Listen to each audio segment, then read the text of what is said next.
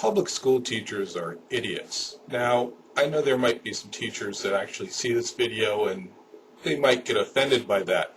And before you start writing a comment, I'd like you to do something for me. The next time you're with your teacher friends, look to your left and look to your right. If you think after considering your peers that maybe I have a point, I'm not talking about you. However, if you look at your peers and think, I don't know, they look pretty smart to me, I am talking about you. Believe it or not, my daughters hated the idea of me talking to their teachers. It wasn't always that way.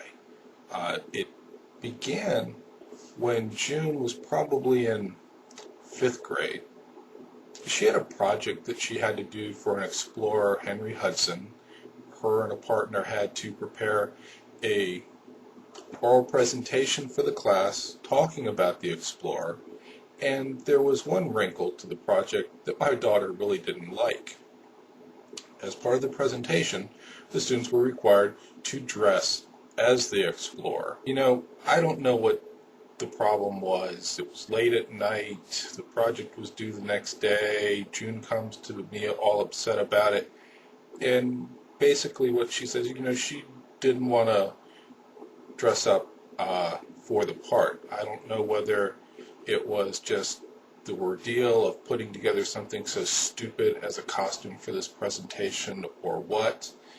And it was late and I was tired and I knew she wasn't going to do it. So I said, don't worry about it. I will write a note to the teacher explaining that you're not going to dress as the explorer for the project. She's like, but I have to. My grade will be graded down, and my partner's all upset about the idea of me not doing it because then her grade will be brought down too. I said, don't worry about it. I will write a note that will get you out of this. So I had to compose it. And I wish I had a copy of this note. This is the best note ever. And it kind of proves that teachers have absolutely no sense of humor. So the note begins, Dear Mr. Blah, blah, blah. June will not be dressing as Henry Hudson for her presentation today. She understands that she will be graded down for not doing so. However, I do not think that that would be appropriate. You see, I didn't know that cross-dressing was part of the county's educational curricula. Now, if you want to come in dressed as a woman to explain the hardships of life on the American prairie during frontier days, then maybe I'll listen to your arguments as to why my daughter needs to dress like a man. Otherwise, I think that it's inappropriate for you to compel her to do so. Sincerely, me. And that night, June thought I was a genius when I read her the note. So I take it in the next day, and I say, don't worry, I'm going to hand this note to the teacher, so you're not going to get any mess about it. And so I hand it to him, and I say, this is a note explaining why June will not be dressing as Henry Hudson for her presentation. And then I skedaddle. And I thought it was going to be over there. But later, when I get to work, I have a voicemail message from the principal. Mr. Woods, I just wanted to call and assure you that cross-dressing is not part of the county's educational curricula. I couldn't believe it. Now, she got out of the dressing up, but she said she did get some flack from the teacher, and her relationship was never quite the same, and she never really wanted me to talk to any of her teachers after that. Now, in retrospect, one thing that absolutely astounds me about myself and other people in general, public school teachers are such thugs, and we leave our children with them. What the hell are we thinking? Let me give you a case in point. While my kids were in school, I decided to go back and finish my undergraduate degree because I left, had kids, never was able to finish. I wanted to be able to demonstrate to them education is important. You need to put your effort in it, even when it's hard. And I also didn't want them to come back later to me and tell me that they didn't have to go to college because I didn't, and I did okay.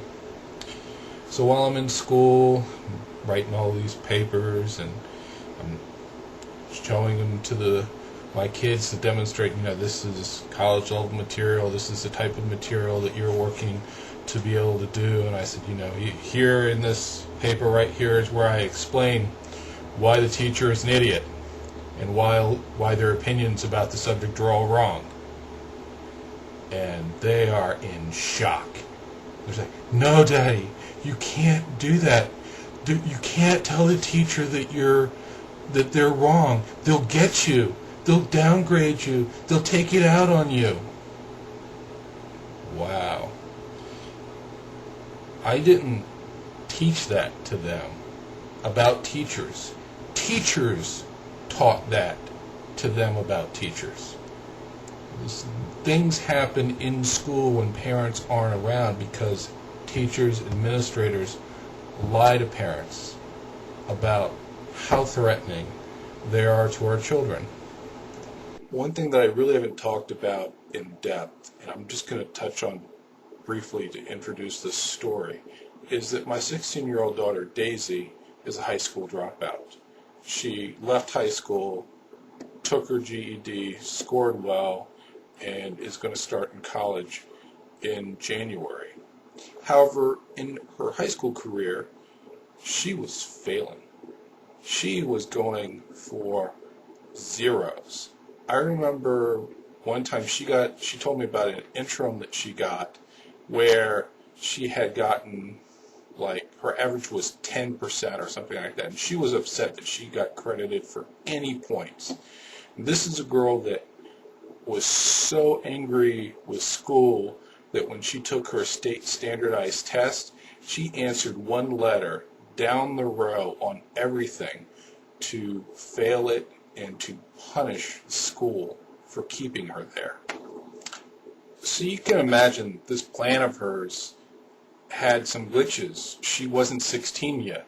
The state law barred her from being able to get out of school, even though they were providing zero educational value to her. And so that caused me to have to attend some parent-teacher conferences. So there I am in this conference with her English teacher, her counselor, and me. And the teacher saying, well, she hasn't turned on all these assignments, she's going to get a zero, blah, blah, blah, blah, blah. And she was a nice person. She really cared about my daughter's well-being. But at that point in the meeting, I had to take over the conversation. And I'd say, look, I'm going to talk from Daisy's perspective so that you can understand what is going on here. Daisy is firing you. You're providing no educational value to her.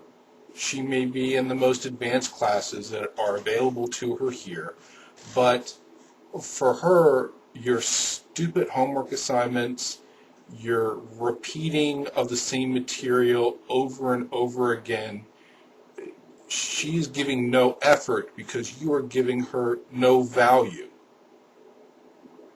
I can tell you that what she wants is zeros on those assignments. Go ahead and fail her.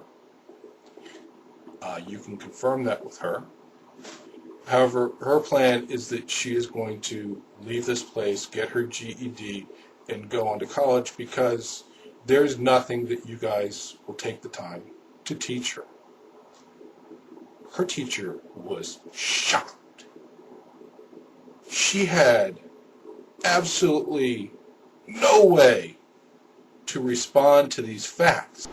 Since she's taken her GED, Daisy's been fine, so no need to worry about her. So why is it that most public school teachers are so stupid?